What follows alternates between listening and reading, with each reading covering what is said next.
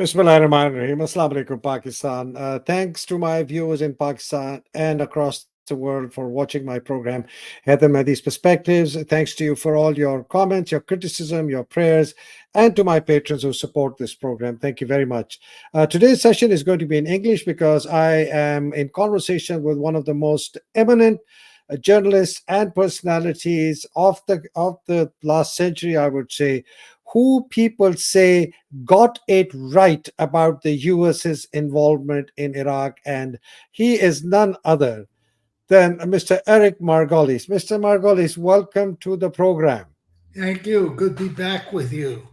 Good to see you again, sir. Sorry we had this bit of a hiccup last time uh, with our audio. So hopefully this time it's going to get it right. And my earphones are testimony to the fact that I've made some effort.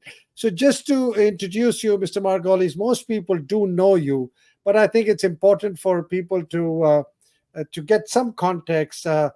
Margolis is an award-winning, a very renowned, internationally syndicated columnist. His articles have appeared across the globe in the New York Times, the Herald Tribune, in the Los Angeles Times, London, the Gulf Times, Khalistani, and even in Pakistan, in the Nation. And he's also written for the Dawn newspaper, as well as the Hurriyat in Turkey and in Malaysia, and many, many other news sites in Asia. He's also a very regular contributor to the renowned Huffington Post, and he appears as an expert on foreign affairs and international affairs and global geostrategy and economics in CNN, BBC, France, to the French Channel 24, and to Fox News, CTV, CBC, you name it. Uh, has his own internet column. I will link it in the description or in the program, so you can go there. His own website called www.ericmargolis.com, and he reaches out to global leaders and readers every day. He's also the author of two very renowned books, War at the Top of the World, written in the 1999, and American Raj, which is Liberation or Domination, 2008. He's also covered many conflict zones as a war correspondent in Angola, Namibia, South Africa, Mozambique, Sinai, Afghanistan, Kashmir, India, Pakistan, El Salvador, and Nicaragua. Is such an impressive resume. And by the way, he was also the first journalist to have ever interviewed Muammar Gaddafi, the late Libyan strongman, and also the first person to be allowed access to the KGB headquarters in Moscow during the Soviet Union days. He's a veteran of many conflicts and was recently featured in a special appearance on Britain's Sky News as the man who got it right, as I mentioned earlier, in his prediction about the dangerous risks and entanglement of the US would face in Iraq, what they do go. He's a native New Yorker, but he also lives in Toronto and New York, and apparently some frequent visits to Paris. So, Mr. Margolis, what a life, what a life, what a pleasure to have you. Thank S- you. Thank you again. So, we're going to start with something closer to home. Uh, you're obviously aware of the massive Canadian India spat. I mean, kind of a diplomatic breakdown of ties, literally, on the assassination of the Sikh Khalistan leader Hardeep Singh Najjar, who was shot dead outside the Sikh temple, as you know, on June 18th in Surrey in Vancouver.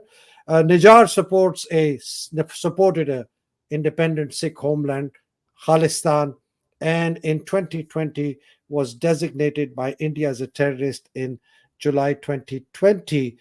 Prime Minister Trudeau has lashed out at what he says was Indian intelligence operatives who assassinated Hardeep Singh Najjar in Canada. What do you make of this, sir? Well, it's remarkable in that the Canadians are very gentle, unmilitant, unwarlike people who hate to offend anybody and will go a Absolutely. long way to avoid that. So, and they don't like confrontation of any kind.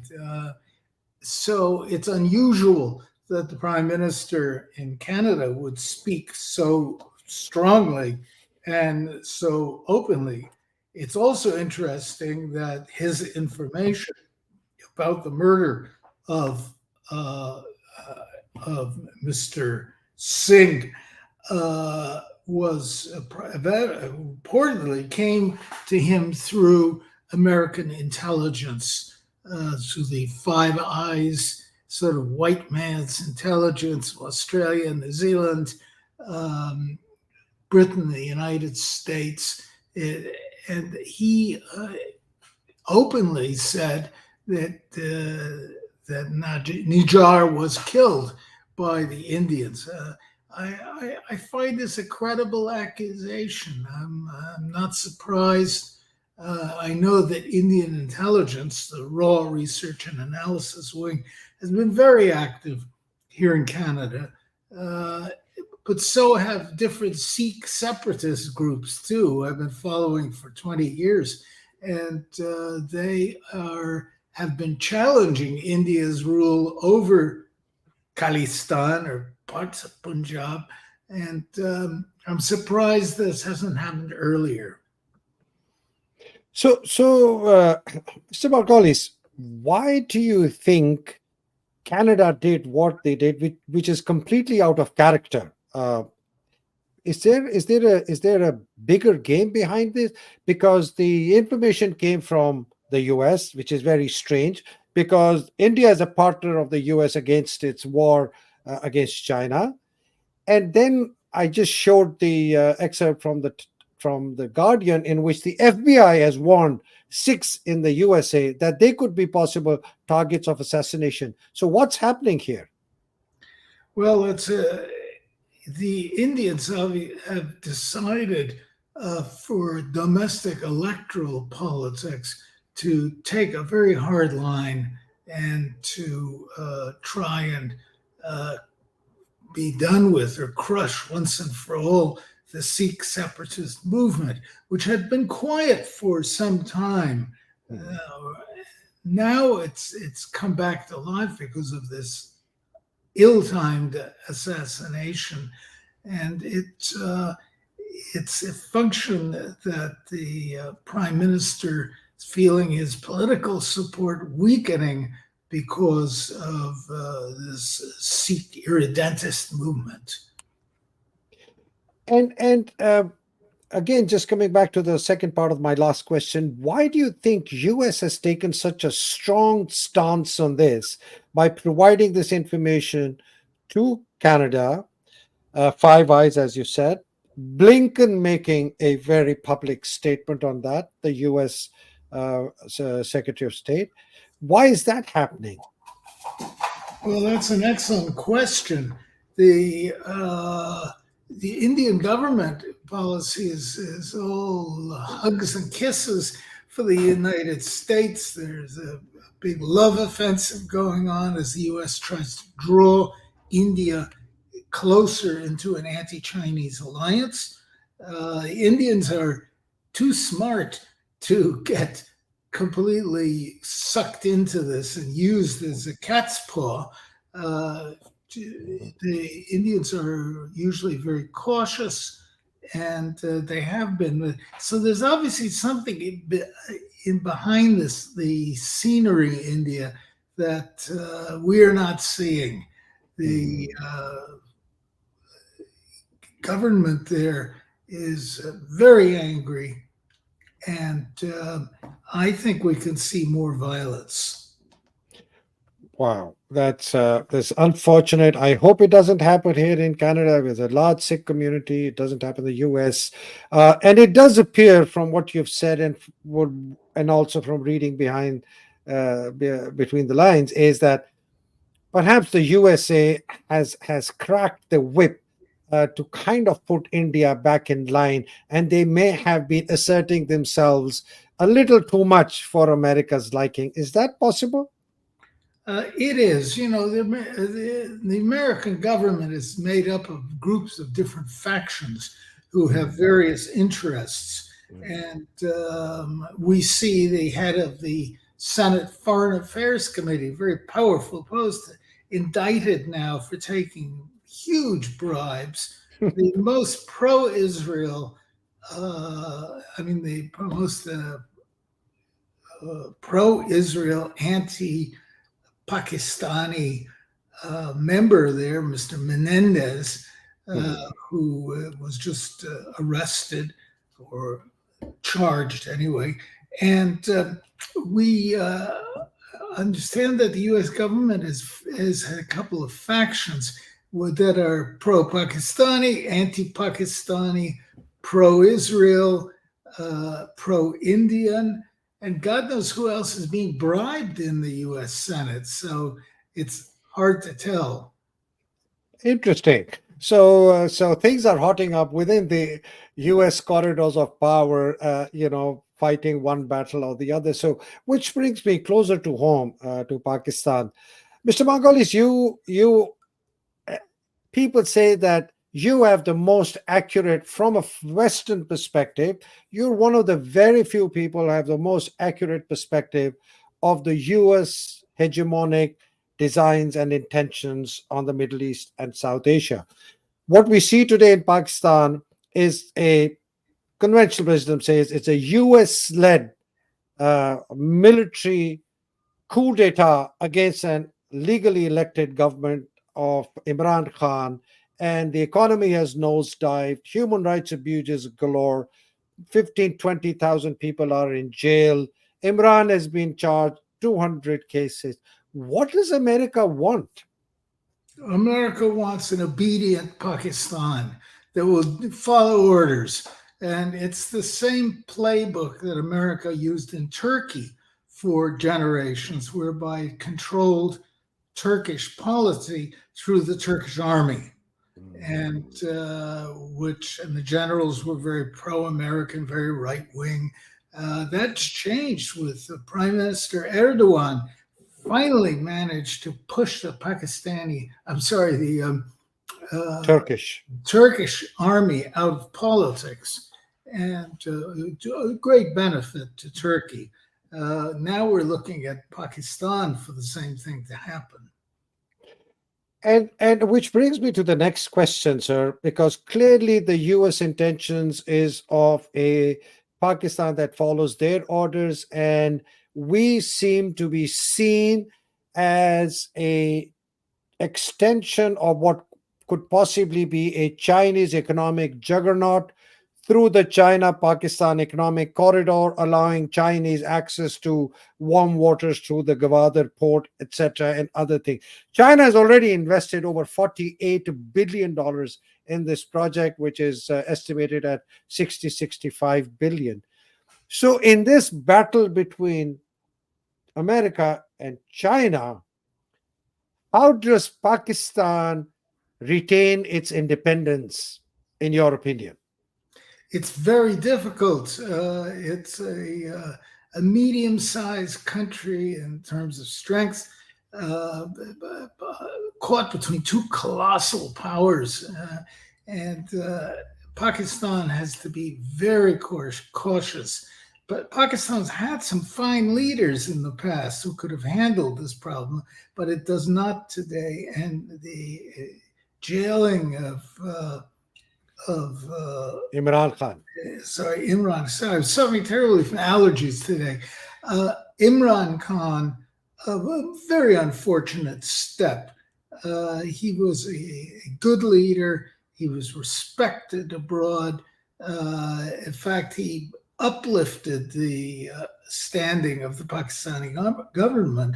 And now it's back to the bad old bureaucratic military days that we've seen for so long.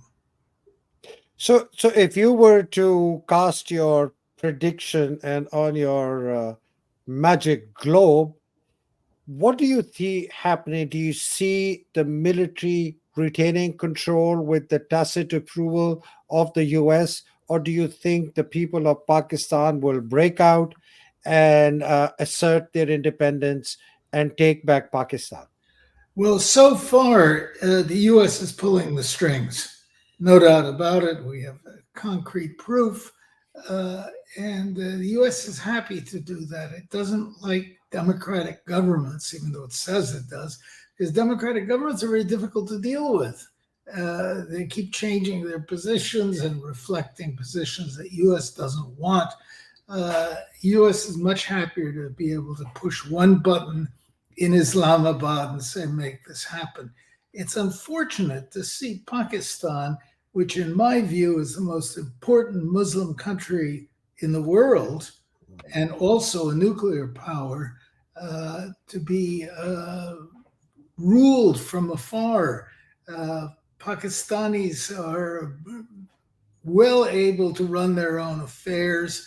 They don't need foreigners telling them what to do, particularly when that foreign power is now hand in glove with the Indians, who are being as aggressive as they possibly can.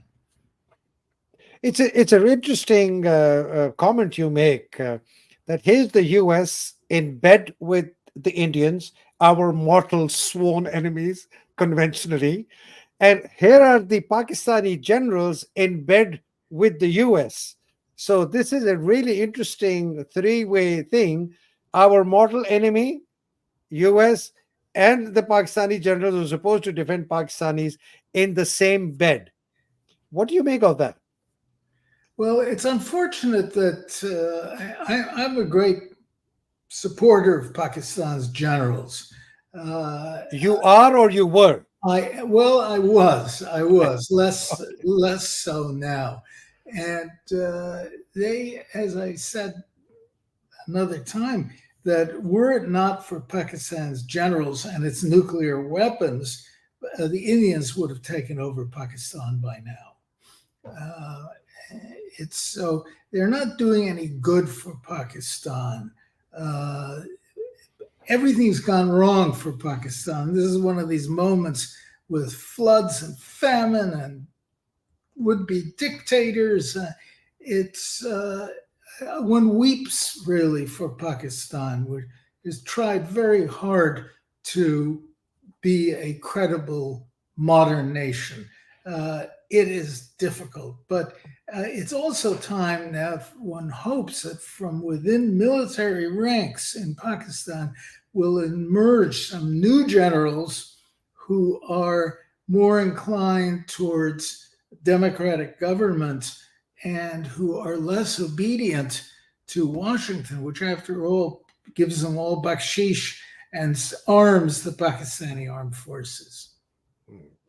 Mr. Margolis, what do you think are America's intentions? And I'm going to offer a very provocative statement. There is a conventional conspiracy theory which has been doing the rounds of Pakistan for perhaps over a decade or more, that the US actually wants to keep a really weak, uh, tottering Pakistan, possibly even want to break it up into 4 or 5 units, Sindh separate, KP separate, Balochistan separate, a little rump of a Punjab. So this whole problem of a nuclear armed state and threat to India and being benefit to China goes away. Do you think there is substance to this conspiracy theory? I don't think so, and I hope not. The idea of breaking Pakistan into component parts is a nightmare. It would be another Yugoslavia. I pray that it doesn't happen. And if it happened, the Indians would, as they did in Bangladesh, East Pakistan, will be in there in a flash, trying to grab parts of Pakistan, particularly the coast. Certainly Kashmir, yes. Excuse me? I said certainly Kashmir. Yes, certainly Kashmir. And we have another, that is the original threat of nuclear war. The two nations are really daggers drawn, and we tend to forget about it, but the threat of an Indo-Pakistani nuclear exchange is one of the greatest threats facing the earth. So it's essential that we have a very calm, stable, mature government in Islamabad and in Delhi as well. It worries me because India is showing signs of hyper nationalism under the current Modi government, and Pakistan will react accordingly to Indian provocations. It's very dangerous. Interesting you say that. There is also a feeling that the generals in Pakistan, especially the current army chief Asim Munir and the previous fellow Kamar Bajwa, were already in backroom talks with the Indians and saying that, listen, we're not going to do anything, you guys don't do anything, and everything is go. And there is evidence that Bajwa had backdoor channels, not for diplomatic purposes, really, but to tell the Indians that we're on your side. So that's really interesting that you say that. On to China, and the last question, Mr. Margolis. Do you think China missed an opportunity to embed itself with Pakistan when they had Imran Khan, who was an independent, wanted an independent foreign policy, and let the Americans control the generals and remove Imran, and didn't do anything to really help him? Because they could have if they'd given us maybe $6 billion in economic aid, so we didn't have to go to the IMF. And for them, there was be not even pocket change. Well, I don't know. The Chinese policy is also very confusing, and Mhm. is many different centers of influence make the policy, and the Chinese are extremely cautious. So thank goodness we don't have somebody like North Korea Yes. running China. But the Chinese are, the Americans should listen to the Chinese in dealing with South Asia, because the Chinese understanding is much better than the American understanding. And America is influenced by the Israel lobby tremendously Hmm. in taking a hostile attitude towards Pakistan and supporting India. So, and what is Israel's ultimate reason for doing that? Oh, it worries because Pakistan has nuclear weapons, which it might share at some point or use in a conflict between the Israelis and the Arabs. And the Pakistan has always been a very strong supporter of the Palestinian cause, which Israel wants to crush completely. So. I've been involved in tentative talks between Israel and the Pakistanis. Oh, you have you? Tell us a little bit about that, please. uh, no, I can't. Fortunately, it's all very hush hush. But Okay. But uh, roughly which period are you talking about? about 10 years ago, so That's 2013, 2013, 14. yes, these were not deeply meaningful talks. They were just initial contacts and conversations. I thought Israel was going to attack Pakistan at the time, and Hmm. I played a tiny role in trying to prevent this from happening. So this was what was they trying to do? That Israel was planning to attack Pakistan. Really, they were planning to attack the nuclear reactors in Yes, Pakistan yes. 2013, 2014. Wow, that's huge. There was talk about that in Israel's security circles. So it's a big mess that nobody needs or nobody should want. And fortunately, it never materialized. But it's still there in the background, particularly with Israel's current extreme right wing government. Hmm. Uh, it can't decide whether a bigger enemy is Pakistan or Iran. Hmm. Hmm. Interesting. So this current woman. I mean, I'm sorry, this conversation becoming so interesting, Mr. Margali. I have to. You're a rare gem. So this current warming of relationship between the Gulf states and Israel is happening. Well, just the other day, Prince Mohammed bin Salman, the crown prince and the strongman, literally the ruler of Saudi Arabia, said that we're getting closer to ties with the U.S. and would be more than happy. They invited an Israeli with Israel, and an Israeli delegation attended a UNESCO conference in Saudi. So it seems that sooner than later, the Saudis are going to have formal relationships with Israel.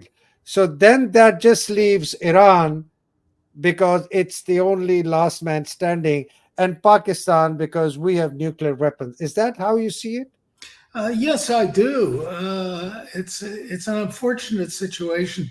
The old line about the Gulf states like Abu Dhabi and Dubai and Qatar, they're the best run Indian countries in the world. And they That's are. such. Everything's run by the Indians there, and plus American military advisors. And Hmm. it's a question of money and Hmm. prestige. The Gulf states, and particularly the Saudis, are scared to death of Iran, and they know because even their own people are pro-Iranian, and they have to hide under America's skirts to protect themselves from the Iranians. So, and it's a question of money. Trump, who had a good sense of how to bribe people, uh, was responsible for these accords between the Israelis and the Gulf states. We're going Yes. to see more of it. And Morocco, let me throw in there too, Hmm. who've been working for the Western powers ever since I can Hmm. remember. The It's a realignment, but it's not a strategic one because these countries have no power at all. And they're just there because the U.S. wants them there.